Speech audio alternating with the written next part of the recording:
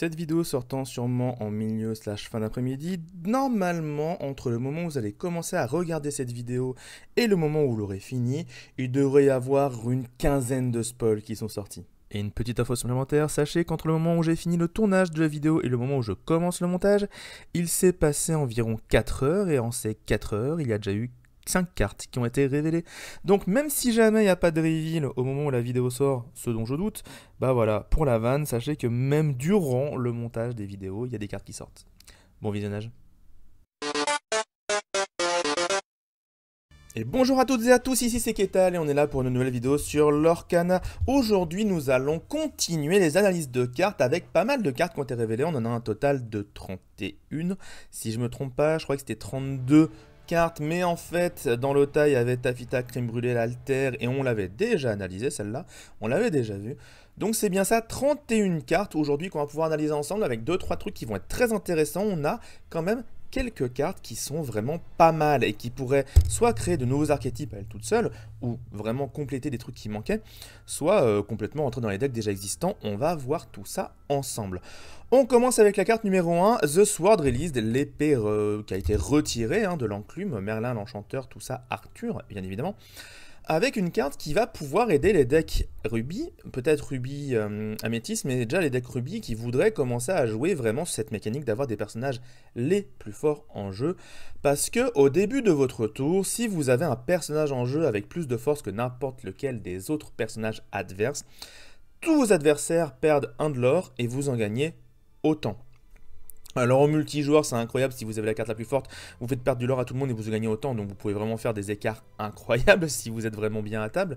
Mais même en 1v1, le format classique on va dire, bah mine de rien, si jamais on commence à faire un deck avec du Flynn et qu'on commence à rajouter ce genre de cartes là, si on a un deck qui est assez consistant sur le fait d'avoir le plus gros personnage à table et qu'on arrive à garder ces différentes cartes qui donnent du lore derrière, bah on pourra avoir beaucoup de lore passif qui arrive tout en ayant des personnages avec pas mal de patates pour aller gérer ceux d'en face en cas de besoin, s'ils vont un peu plus vite. Donc, ça pourrait bien marcher avec la Sisu, avec Maui. Il y a des cartes qui ont beaucoup de force assez tôt, entre guillemets, dans la partie, avec lesquelles ça pourrait bien fonctionner ce genre de cartes. Donc, à voir. Je pense que dans les decks classiques, ça ne rentrera pas parce que Flynn suffit pour ce genre de mécanique. Mais là, le fait de faire perdre un de l'or et d'en gagner autant, c'est quand même un truc assez intéressant, la perte de l'or. On sait que dans les chapitres 1 et 2, c'est quelque chose qu'on voyait souvent en rouge, le fait de faire perdre du lore, qui était très compliqué pour les decks rush de passer contre. Et ben ça pourrait revenir au goût du jour, en tout cas, à voir. C'est pas une carte inintéressante, ça va demander de build autour un deck, mais on commence à avoir pas mal de cartes autour de cette mécanique, donc ça peut devenir intéressant. Le sac de Merlin, Wokety Wokety Wokety Wok, pour 5 non ancrables. Okety Pokety, on incline, on paye 1 et on récupère un objet de notre défausse dans notre main. Un moyen très simple de récupérer les objets de la défausse.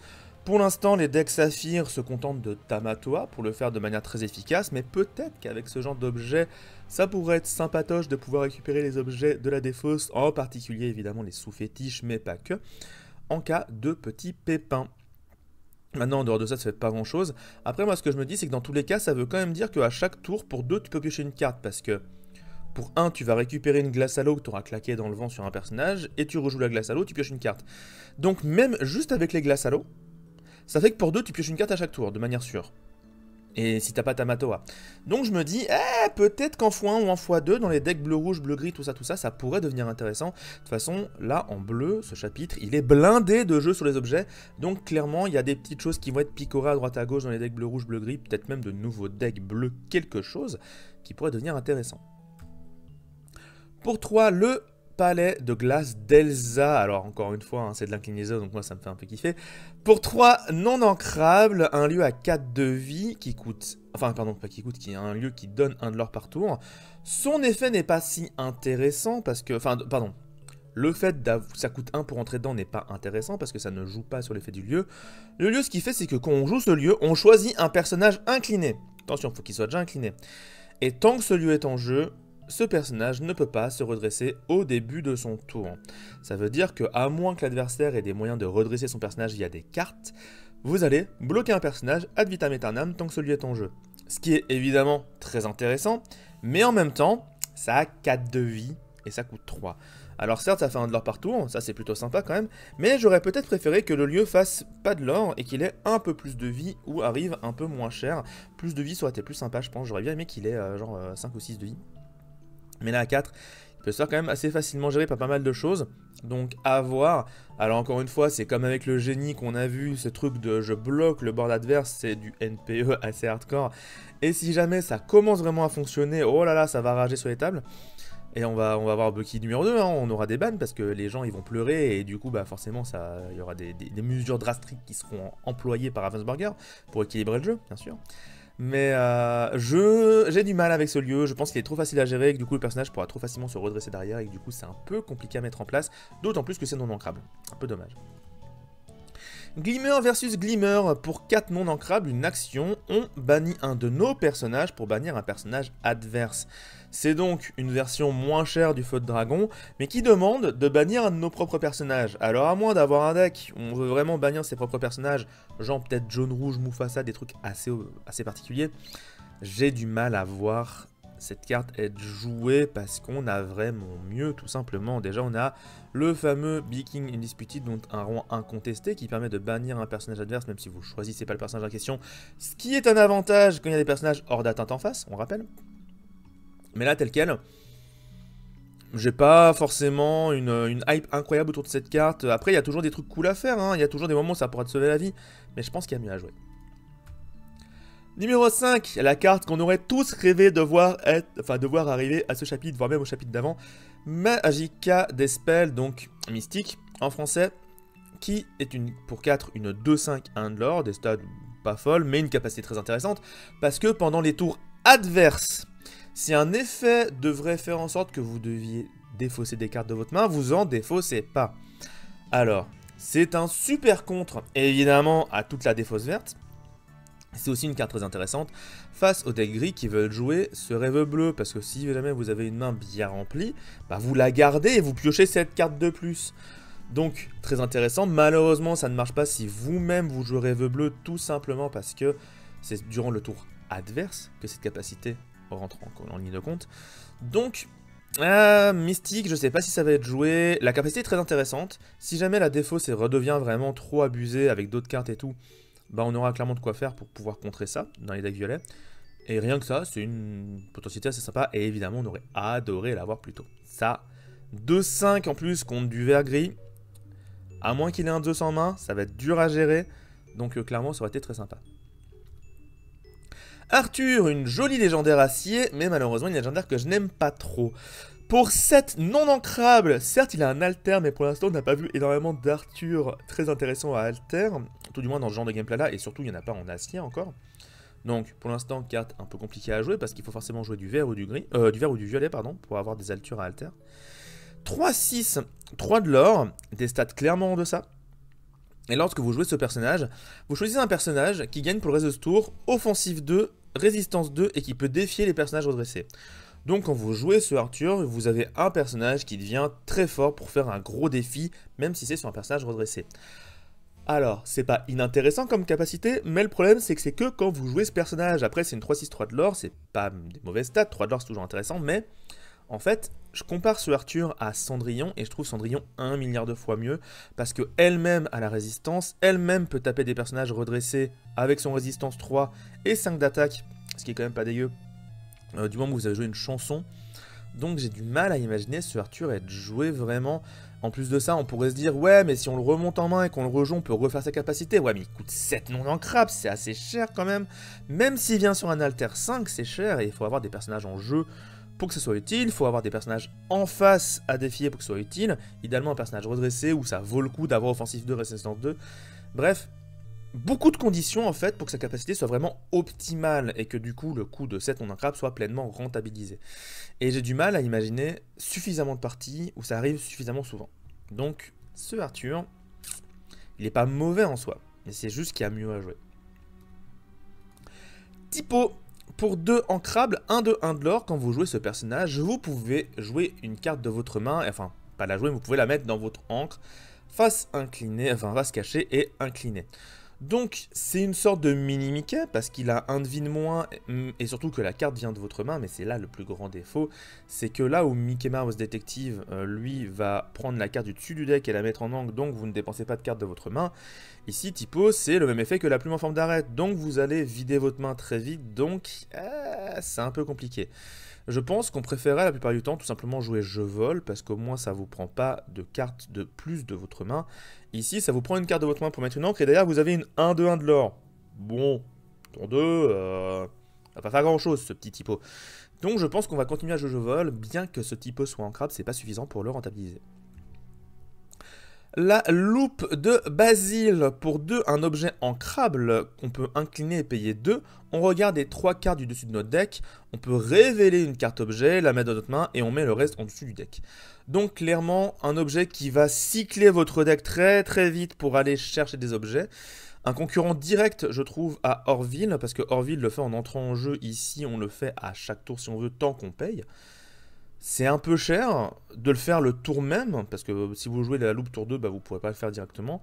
Mais plus tard dans la partie, ça peut accélérer un peu le deck et vous permettre de trouver plus facilement les objets dont vous avez besoin. Typiquement, ça vous permet de pouvoir creuser le deck durant la partie pour essayer de trouver vos sous-fétiches, si vous en avez besoin pour gagner. Donc, carte que j'aime plutôt bien en vrai, mais c'est un peu compliqué de la jouer. En termes de tempo, en termes de coût, en termes de ce que tu fais vraiment, je pense que c'est un peu compliqué de la jouer. C'est de la pioche sélective sur 3 cartes, mais il faut jouer vraiment beaucoup d'objets pour être sûr de tomber sur des objets sur 3 cartes.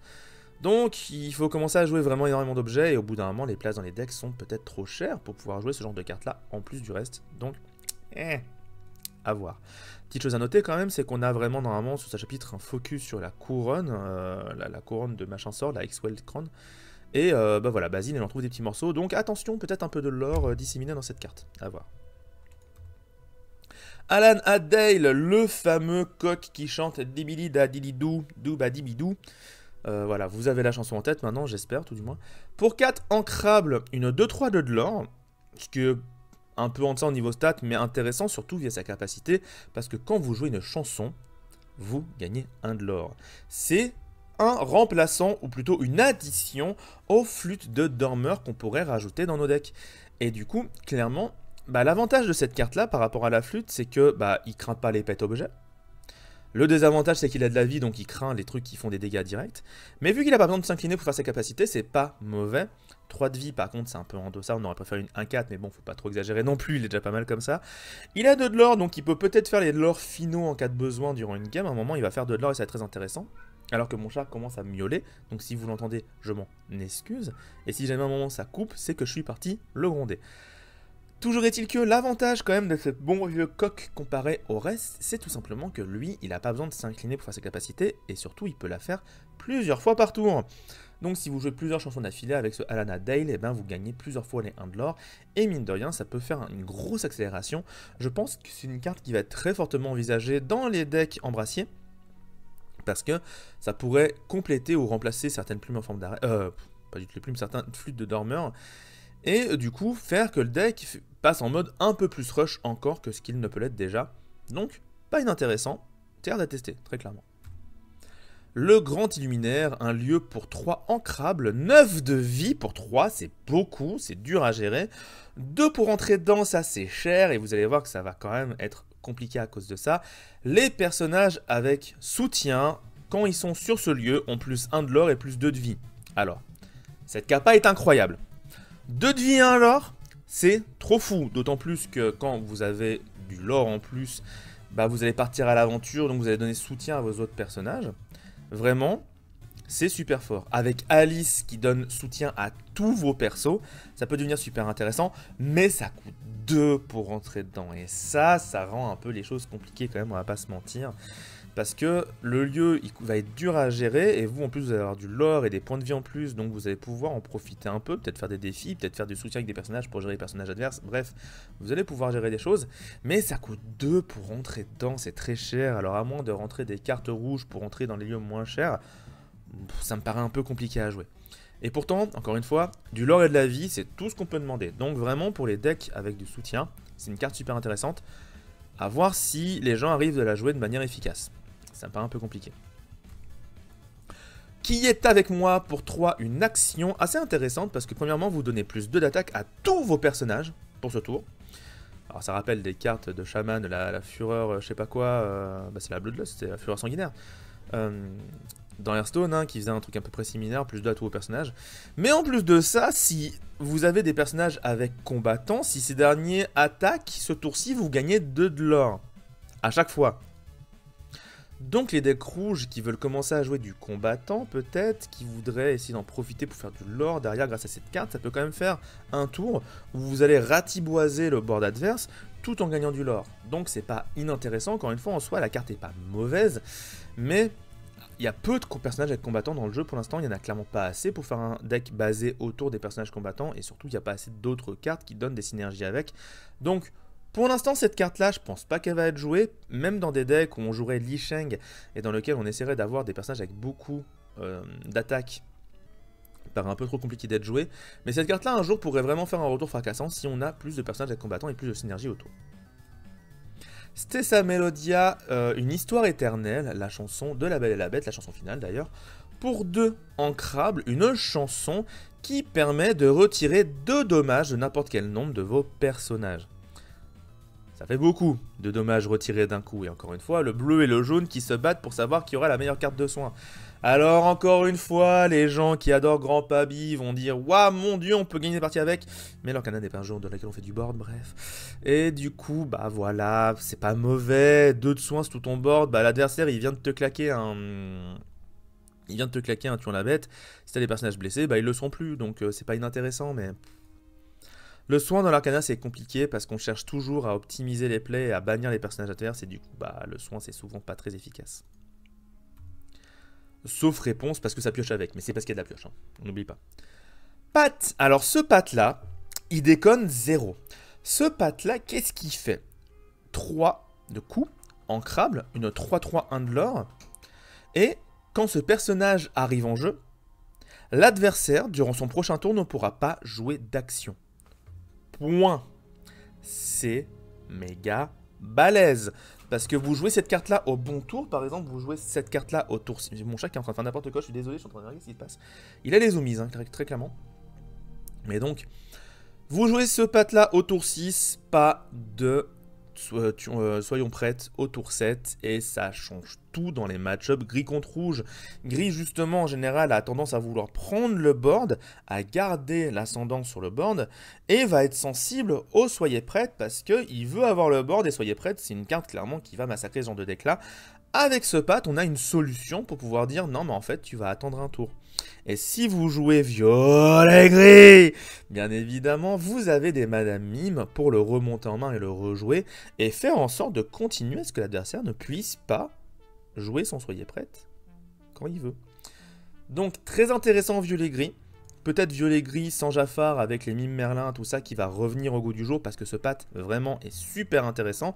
Parce que même en dehors de ça, vous jouez contre Steelsong, vous jouez ce Pat, Steelsong ils sont deg. Le tiers de leur deck est pas jouable. Donc il y a beaucoup de decks qui seraient très embêtés de tomber là-dessus. Et encore une fois, pareil, bleu-rouge, s'il peut pas jouer son soyez prête rapidement, eh ben, il fait pas grand-chose pour reprendre le board, et du coup, c'est compliqué pour lui. Il y a vraiment beaucoup de decks qui seraient très embêtés face à ce deck. Évidemment aussi, les decks Jafar, on va pas se mentir. Donc ce Pat, carte très intéressante, je pense clairement qu'il va être joué en x2 minimum dans la plupart des decks, et surtout dans les decks violet-gris qui pourront abuser de ses capacités. La petite potion de soin, le décanteur de soin pour 2, un objet que vous jouez en jeu. Et d'ailleurs, vous pouvez l'incliner pour enlever jusqu'à 2 dommages d'un personnage ciblé. C'est une sorte de marmite de Gumbo, mais plutôt qu'enlever 1 à 2 personnages différents, vous enlevez 2 au même personnage. C'est une évolution logique du Zirgouflex du chapitre 1. Et du coup, bah encore une fois, le soin c'est compliqué. Là, on commence quand même à avoir une carte qui fait 2 de soin chaque tour, donc ça devient pas inintéressant. Ça, c'est une carte en scellé, faut la jouer, hein. Parce qu'avoir un item gratos qui soigne de 2 vos personnages pour qu'ils restent en jeu, ça en scellé, faut le jouer. Je vous le dis d'avance, on fera une vidéo évidemment sur le scellé, sur les avant-premières, sur quelles cartes sont intéressantes ou pas. Ça c'en est une, de fou. Mais en construit malheureusement, j'ai du mal à la voir être jouée tant que ça. We Know The Way, ohé ohé, pour 3 ancrables, une chanson très intéressante. Vous allez mélanger une carte de votre défausse dans votre deck, donc vous mélangez le deck ensuite. Puis vous révélez la carte du dessus de votre deck. Si elle a le même nom que la carte que vous avez mis dans le deck, vous la jouez gratos. Et sinon, vous la mettez dans votre main. Et ça, bah, y a des decks qui vont pouvoir grave en profiter. Typiquement les decks balai magique. Ça fait que pour une carte, vous allez remettre une carte de votre défausse dans votre deck et rejouer sûrement un balai magique derrière gratos. Si c'est un gros balai magique, c'est tout bénef. Mais, carte vraiment très intéressante, je trouve. Alors en Jafar, j'en parle même pas, parce que vous allez peut-être mettre un Jafar à 2 ou à 4 dans votre deck. Et si vous tombez sur le jackpot sur un Jafar à 7, bon bah là c'est tout bénef. Il y a peut-être des decks Mickey aussi, il y a beaucoup de Mickey différents. Voilà, il y a peut-être des choses à faire. Mais vous voyez, ça c'est des cartes vachement plus intéressantes que les cartes à la Hades ou à la Mickey trompettiste qu'on avait. Parce que là, on n'a pas besoin de jouer un personnage, d'attendre un tour et de faire son effet. Là, c'est instant. Au pire des cas, vous allez pour 3 mettre une carte de votre défausse dans votre deck et repiocher une carte derrière, donc vous perdez pas de carte d'advantage. Et au meilleur des cas, vous mettez une carte gratos en jeu. Donc vous gagnez de la tempo. Donc clairement, carte vraiment pas mal. Il y a moyen qu'elle soit jouée en vrai. Alors si vous jouez des decks avec des personnages qui ont le même nom, évidemment. Mais voilà, même les Madame Mime. Les Madame Mime ou les Merlins. Les Merlins aussi. Vous allez remettre des Merlins de votre défausse dans votre deck et avec un peu de chance, vous allez rejouer un gratos, sinon vous allez juste repiocher une carte. C'est tout bénef. Donc, carte très intéressante. Excusez-moi, très intéressante à jouer avec pas mal de decks violets au final. Maléfique. Là, alors, l'illustration, là, elle est un peu floue, elle rend pas honneur, mais la carte est vraiment super stylée.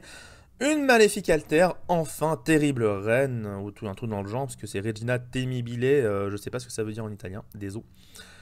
Pour 8 non ancrables, c'est très cher, une 7-7 de l'or, c'est pas des mauvaises stats, mais pour 8 on peut avoir mieux.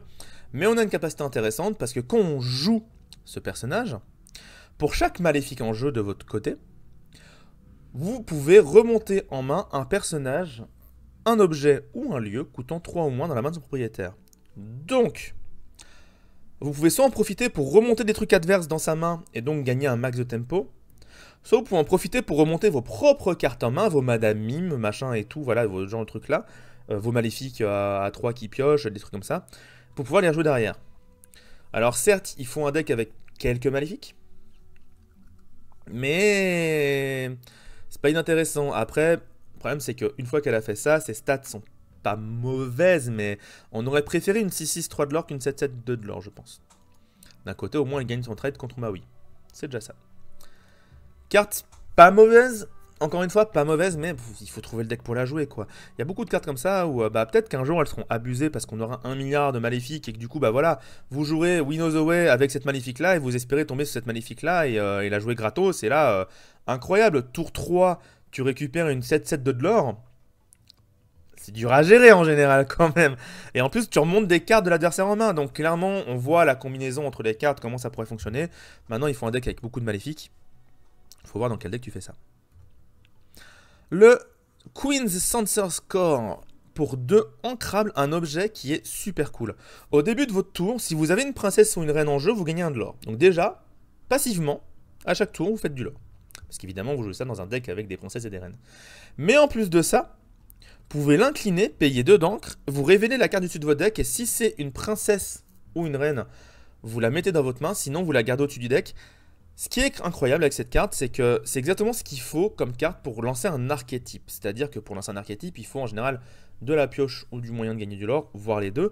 Cette carte-là fait les deux elle-même. Si vous jouez un deck princesse-reine, vous allez, surtout princesse en général, parce que les cartes qui jouent sur les reines, il y en a moins quand même, mais donc un deck princesse, on va dire, non seulement vous gagnez du lore à tous les tours, mais en plus vous avez un outil de pioche. Et là, direct, bah, les decks bleu-jaune princesse, les decks même jaune-gris princesse, je rappelle qu'en Steel Song, on joue énormément de princesses, mine de rien, entre Ariel, Cendrillon, etc. Bah, il y a des trucs à faire, ça peut être un très bon objet qui fait du lore passivement, et qui en plus permet de... d'utiliser, d'employer vos princesses encore un peu mieux. Peut-être de jouer la fameuse Moana, donc Vaiana, du set 1, hein, qui redresse les princesses, tout ça. Peut-être qu'on a enfin assez de choses pour jouer ce genre de cartes et essayer de faire des choses autour. À voir. Toujours est-il qu'en jaune, on a énormément de princesses, toutes les couleurs à peu près en ont, mais je pense que jaune-bleu ou jaune-gris, il y a vraiment de quoi faire des choses intéressantes. Merlin pour 4, 1-4 de l'or, tous vos autres Arthur en jeu ont résistance plus 1. Bon, Faudrait jouer beaucoup d'Arthur. En plus, il n'y a pas d'Arthur en bleu pour l'instant, donc ça vaut pas le coup. Clairement, une carte qui peut-être un jour sera intéressante si on fait un deck full Arthur, mais pour l'instant, je vois pas du tout l'intérêt. Pas assez de stats, une capacité trop compliquée à mettre en place. En même temps, c'est une commune, donc forcément, des fois, les communes, ça sert pas à grand chose. Bah là, clairement, c'est le cas. Merlin, pas trop d'intérêt, malheureusement. La tour de réponse, j'aime beaucoup ce lieu. Pour 2, 8 de vie, déjà, c'est compliqué de gérer ça. Mais en plus, pour 1, vous rentrez dedans, vous avez plus 3 points de vie. 3 points de vie. C'est beaucoup, 3 points de vie. En fait, ce qui est ouf, c'est qu'avec cette carte-là, dès le début de la partie, vous pouvez prendre des avantages assez massifs. Et si l'adversaire s'amuse à vouloir trade ce lieu avec ses personnages, bah vous allez trade ces personnages avec des personnages qui vont rester en vie, qui vont avoir beaucoup de points de vie en plus pour pouvoir soit être soignés par réponse, soit faire d'autres trucs derrière avec d'autres trucs de soins, etc. Bref, il y a plein de choses à faire. Vraiment, ce lieu, déjà que la Terre des Lions, The Pride Lands, était joué pour sa capacité à donner un peu plus de points de vie à ses personnages, là, on a un lieu qui est ancrable, qui a 8 de vie, c'est énorme autour d'eux, et qui fait ça mieux. Donc, bah, certes, il n'y aura pas l'effet de réduction de coût avec un des princes, mais ça, à la limite, les Prince Lands, c'était un peu optionnel. Là, clairement, non, c'est un super bon lieu, je trouve, qui pourrait rentrer dans des decks, qui peut rentrer dans des archétypes, qui peut rentrer dans même, je sais pas, dans style son, tu mets plus 3 points de vie à tes personnages, c'est incroyable. Et 8 de vie, il faut se lever tôt pour aller le gérer aussitôt dans la partie. Donc, les 3 points de vie des personnages, ils vont être super utiles. Clairement, bon lieu, j'aime beaucoup. Les Pride Lands, je crois que c'est la première occurrence, dites-moi si je me trompe dans les commentaires évidemment, mais je crois que c'est la première occurrence où on a un lieu qui a le même nom qu'un autre lieu, mais qui a donc un sous-texte différent. Je crois que c'est la première fois. Et donc pour 3, un lieu à 8 de patates, pardon, 8 de vie aussi, je dis patate, mais bref, 8 de vie aussi, 1 de l'or pour lui par contre. Ça coûte 2 pour entrer dedans, et tant que vous avez 3 personnages ou plus sur ce lieu, vous pouvez bannir ce lieu pour jouer un personnage gratuitement depuis votre défausse. Alors, pour faire cette capacité, déjà il faut avoir 3 personnages en jeu. Je rappelle que l'Orcana n'est pas un jeu où on fait du board, donc c'est pas si simple que ça déjà d'avoir 3 personnages en jeu. Souvent ça va être un tour où tu viens de les jouer pour avoir 3 personnages en jeu. C'est pas dit qu'ils restent en vie après. Et à côté de ça, il faut payer 3 pour le lieu, plus 6, 3 x 2 pour mettre les personnages dedans. Faut payer 9. Pour jouer un personnage depuis sa défausse gratos. Ça commence à faire un peu beaucoup. J'aime beaucoup le fait qu'on ait enfin des cartes qui permettent de jouer des personnages gratuitement depuis la défausse. Ça, c'est ultra intéressant, parce que ça fait que les cartes grises qui vous permettent de défausser des cartes de votre main et d'en piocher, vous pouvez les rentabiliser encore plus, parce que là, vous pouvez dire, dès le début de la partie, je vais balancer ce personnage-là qui coûte super cher dans ma défausse, dans le but de le rejouer avec les Pride Lands. Donc ça, c'est super intéressant. Mais là, la condition, elle est tellement cher, tellement cher, tellement cher, tellement cher. Et du coup, c'est compliqué à mettre en place. Il faudrait, peut-être en jaune-rouge, dans ce cas-là, jouer des cartes comme Tuk-Tuk, qui permet de rentrer dans un lieu avec un autre personnage directement, ou Voyage, qui permet de mettre 2 personnages dans un lieu pour 1. Là, il y a peut-être des cartes voilà, qui seraient sympatoches. Jimmy Hawkins, qui rentre dans les lieux gratos tout en le mettant en jeu. Jaune-rouge, il y a peut-être des trucs à faire, parce qu'en rouge, il y a assez de choses pour pouvoir faire des trucs comme ça. Maintenant, en dehors de ça, j'ai du mal à imaginer le jouer. En gris, il y a la carte de la planète au trésor. Ça réduit le lieu, ça réduit le coup pour entrer dans les lieux, mais bon, c'est trop compliqué à mettre en place à mes yeux. Même si en gris, il y a le moyen de mettre des gros tons sa mère dans la défausse, ça me paraît compliqué. Donc, super intéressant. Peut-être qu'en jaune-rouge, ça pourrait marcher, mais à voir. Là, pour l'instant, j'ai pas très confiance. Aide, alors là, on arrive dans une petite série de yens et de cartes du royaume, de toute façon, déjà avec les Pride Lands. Aide, la hyène, pour 3 non ancrables, une 2-3. Quand vous jouez ce personnage, vous pouvez infliger 2 dégâts à un personnage déjà endommagé. On continue en vert de faire cette mécanique autour des personnages déjà endommagés. Alors certes, c'est beaucoup plus fort avec du gris, parce qu'on a les moyens de mettre des dégâts directs sur les personnages en gris. Après, attention, faut pas sous-estimer ce genre de capacité, parce que de base, les personnages peuvent être endommagés en leur tapant dessus, hein, bien évidemment. Mais donc ça peut être un très bon outil pour finir des trades, etc., ce genre de capacité. Mais en plus de ça, si on commence à avoir des moyens de booster les points de vie de ces personnages, typiquement on a vu des cartes qui le faisaient juste avant, eh ben on peut attaquer les personnages adverses, rester en vie, mettre des dégâts, et ensuite utiliser ces cartes qui rajoutent des dégâts aux personnages déjà endommagés. Donc, je suis pas ultra confiant sur la carte en elle-même, hein. C'est juste que les capacités qui mettent des dégâts aux trucs déjà endommagés, certes vert gris c'est incroyable avec, mais je pense que même dans d'autres couleurs ça pourrait marcher. D'ailleurs en violet on peut aussi remettre des dégâts adverses en ayant souillé du personnage, ça peut aussi aider. Banzai, très intéressante comme carte, très forte comme carte celle-là. C'est quasiment un Monsieur Mouche. pour 2 non ancrables, c'est le seul gros défaut par rapport à Monsieur Mouche, c'est qu'il est non ancrable. Pour 2 non ancrables, une 3-2 de l'or. Mouche, il est 3-3-2 de l'or, mais dès qu'il fait un truc, il perd un point de vie. Donc Mouche, en soi, c'est comme une 3-2-2 de l'or. Parce que Mouche, s'il attaque un personnage à 2 d'attaque, et qu'il n'y a pas Captain Crochet en jeu, en fait, Mouche, s'il n'y a pas Captain Crochet en jeu, c'est une 3-2. Parce que dès qu'il va faire un truc, il va perdre un point de vie. Donc ce Banzai, c'est quasiment un Mouche. Sauf qu'il ne perd pas des points de vie à chaque tour.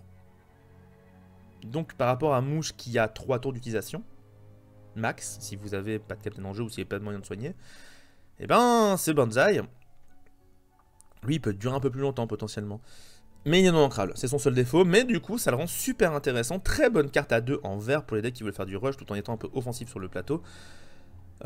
En soi, ça fait penser un peu à l'Enchantress qui est 1-3 de mémoire, mais qui devient 3-3 si on l'attaque et qui a 2 de l'or. Mais ici, la différence, c'est que Banzai peut lui-même attaquer en cas de besoin. Donc, il a cette versatilité que peut avoir Monsieur Mouche. Donc, j'aime beaucoup ce Banzai. On le verra sûrement dans des decks. Et l'autre Banzai pour 2.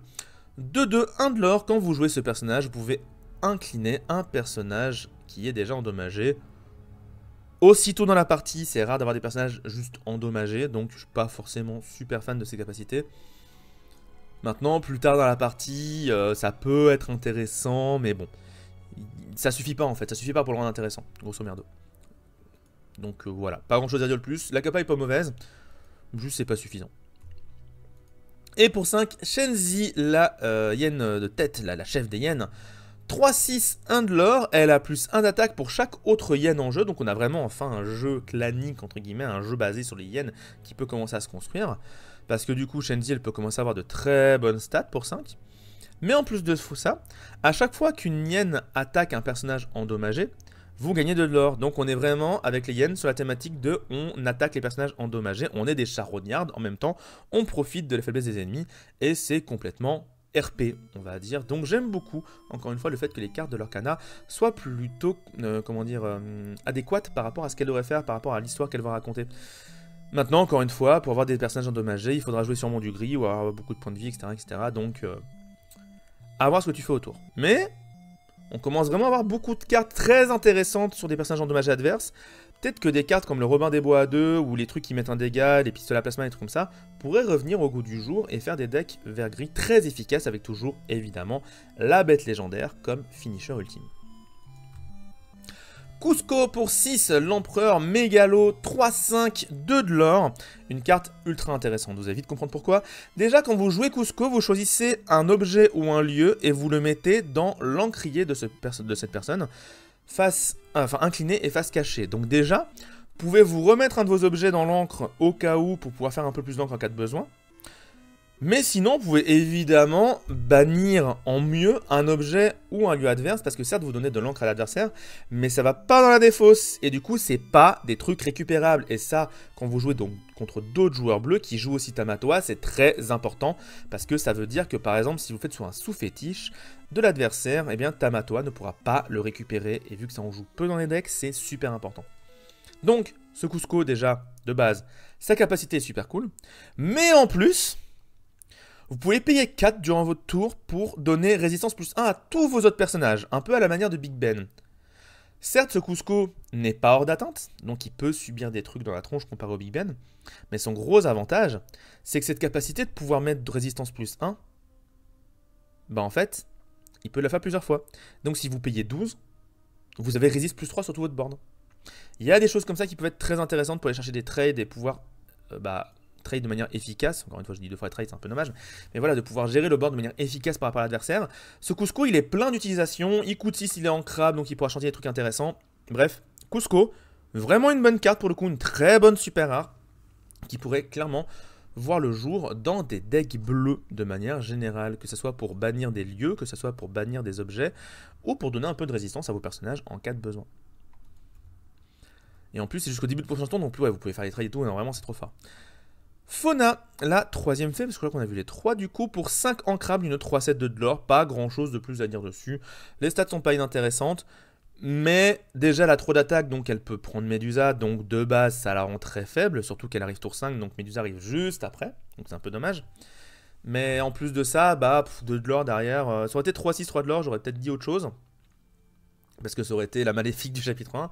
Mais justement, voilà, avoir un de plus pour moins 1 de l'or, c'est moins intéressant. Hey, pour 5, 4, 5, 2 de l'or rempart. Bah, c'est plutôt des bonnes stats en vrai. Je préfère le personnage qui a moins de l'or et qui a 7 de patates parce qu'au moins il peut encaisser un coup de Maui. Je crois que c'est le personnage de Mulan qui est grand et un peu rebondi. Mais je sais plus son nom, je sais qu'il est en 2 morceaux. Mais bref, Xianpo peut-être, un truc comme ça, j'ai un doute. Mais en tout cas, bah, pas mauvais. En vrai, 4-5 bodyguards de l'or pour 5, c'est pas mauvais stat. Il pourra faire du lore et encore une fois, les remparts, les personnages remparts, si vous jouez Petit Jean, hein, je n'oublie toujours pas Petit Jean, bah ça fait quand même un personnage assez intéressant et aussi, donc à voir. L'obscurosphère, pour 1 ancrable, un objet qu'on met en jeu, et ensuite pour 2, on le bannit, et tous vos personnages gagnent hors d'atteinte jusqu'au début de vos prochains tours, donc ils sont tous protégés de tous les effets directs. C'est pas inintéressant comme carte, je trouve ça un peu compliqué à mettre en place parce que, bon, bah, ça dépend de quand tu le joues. Évidemment, si tu le joues au moment où l'adversaire joue Soyez prête, t'as un peu deck parce que ça marche pas. Mais si jamais l'adversaire, c'est un adversaire qui joue rouge, même gris potentiellement, bah ça devient assez intéressant en vrai. Donc, à voir. Tu la joues au tour 1, pardon, puis tu attends un petit moment et là, un moment, paf, pour 2, tu la claques. Ça peut être intéressant. Je suis pas sûr qu'elle trouve sa place dans les decks. Encore une fois, alors qu'Anna, la place dans les decks, c'est compliqué à en trouver. Et elle, j'ai un peu de mal à l'imaginer être vraiment dans les decks, mais sait-on jamais. Ulf, le mime dans Réponse, dans le bar de Réponse, hein, dans le... Ah, j'ai oublié, le Snuggly Duckling.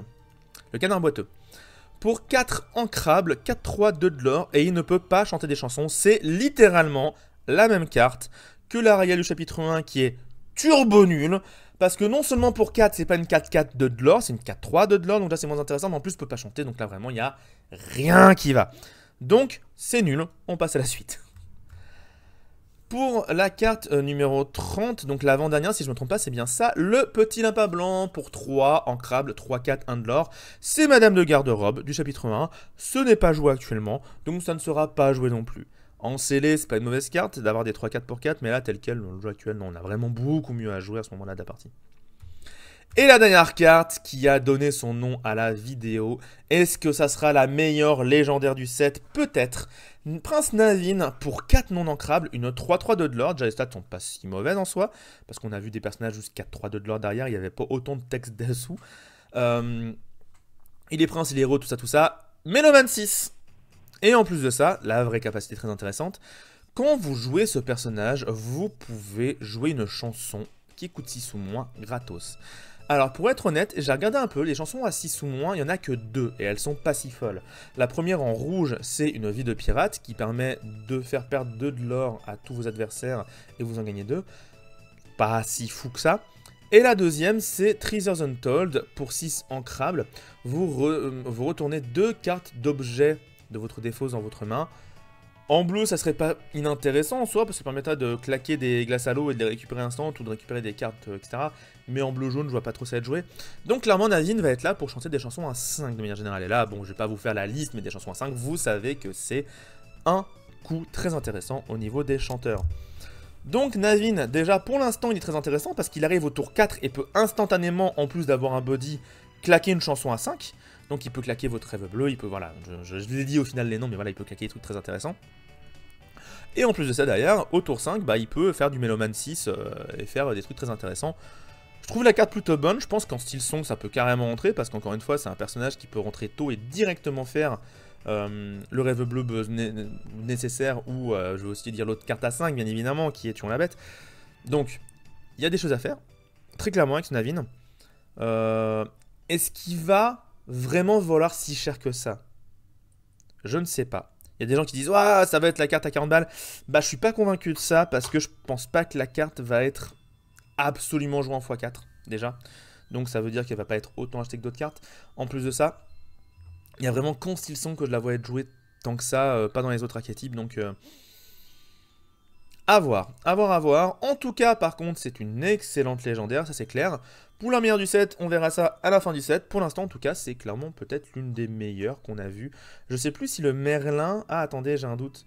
Le fameux Merlin, là, qui fait du... Comment ça s'appelle? C'est une légendaire? Ah, c'est une légendaire Ouais, bah non, en fait, hein, c'est le Merlin, la meilleure légendaire.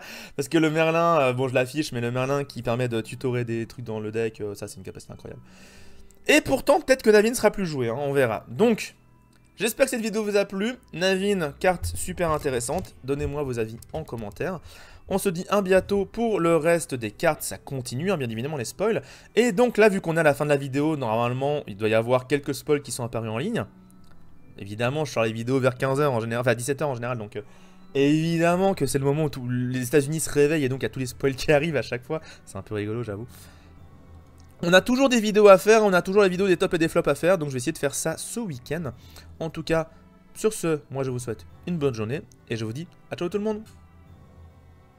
On est à seulement 2 jours de la sortie officielle du 7h et à 10 jours du Lordscan Challenge. Ali la hyper son paroxysme, j'espère que vous êtes